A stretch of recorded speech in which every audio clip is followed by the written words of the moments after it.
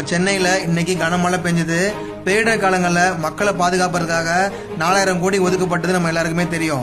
இதை ஏன் நான் இப்ப சொல்றேன்னா, நான் சொல்றதெல்லாம் கொஞ்சம் கேளுங்களேன். பூந்தமல்லி சாலைகள்ல மழைநீர்லாம் தேங்கி பஸ் கார்லாம் மூழ்கி கிடக்கு. கந்தஞ்சாவடி சாலைகளை சுற்றிலும் வெள்ளம் போல காணப்படும் மழை தண்ணீரை பாருங்க. வேலப்பஞ்சாவடி சாலைகள்ல ஒரு காரையே மூழ்கி கிடக்கும் அவல் நிலையை பாருங்க. பெரம்பூர் லோகோ கிரீம் சாலைகள்ல குளம் போல தண்ணி தேங்கி கிடக்கு. இது குளமா இல்ல ரோடான்னு மக்களே கன்ஃபியூஸ் ஆயிடுவாங்க. நம்ம சென்னையில எத்தனையோ புது புது வகையான பேருந்துகள்லாம் வந்தாலும் இன்னும் மழைக்காலங்கள்ல பேருந்துக்குள்ள குடை பிடித்துட்டு போக அவன்ல தான் காணப்படுது. சென்னையில ஏழைகள் வசிக்கூடிய இடத்த கண்டுக்க மாட்டாங்க பார்த்தா, பணக்காரர்கள் வாழக்கூடிய நுங்கம்பாக்கம் சாலைகளில் தண்ணி தேங்கி கிடக்கு. நம்ம சென்னை மக்களுக்கெல்லாம் மழைக்காலங்கள்னு வந்தாதான் தெரியுது நம்ம சென்னை ரோடுகள்லாம் குண்டும் குழியுமா காணப்படுதுன்னு. கோயம்பேடு மார்க்கெட் சாலைகளை சுற்றிலும் எவ்வளவு தண்ணி தேங்கி இருக்கு பாருங்க. இன்னும் நம்ம சென்னையில எத்தனையோ இடங்கள்ல நம்ம மக்கள்லாம் மழைக்காலங்கள்ல கஷ்டப்பட்டு தான் இருக்காங்க. இதெல்லாமே இயற்கையாக நடக்கூடிய நிகழ்வுகள் தான். ஆனா இதையெல்லாம் யாரு மேல குறை சொல்றதே தெரிய மாட்டுது. ஆனா ஒண்ணு, சென்னை மக்களே, எவ்வளவுதான் மழை பெஞ்சாலும் சரி, தண்ணி தேங்கி இருந்தாலும் சரி, புயல் அடிச்சாலும் சரி, ஒருத்தவங்களுக்கு மட்டும் சல்யூட் பண்ணியே ஆகணும்.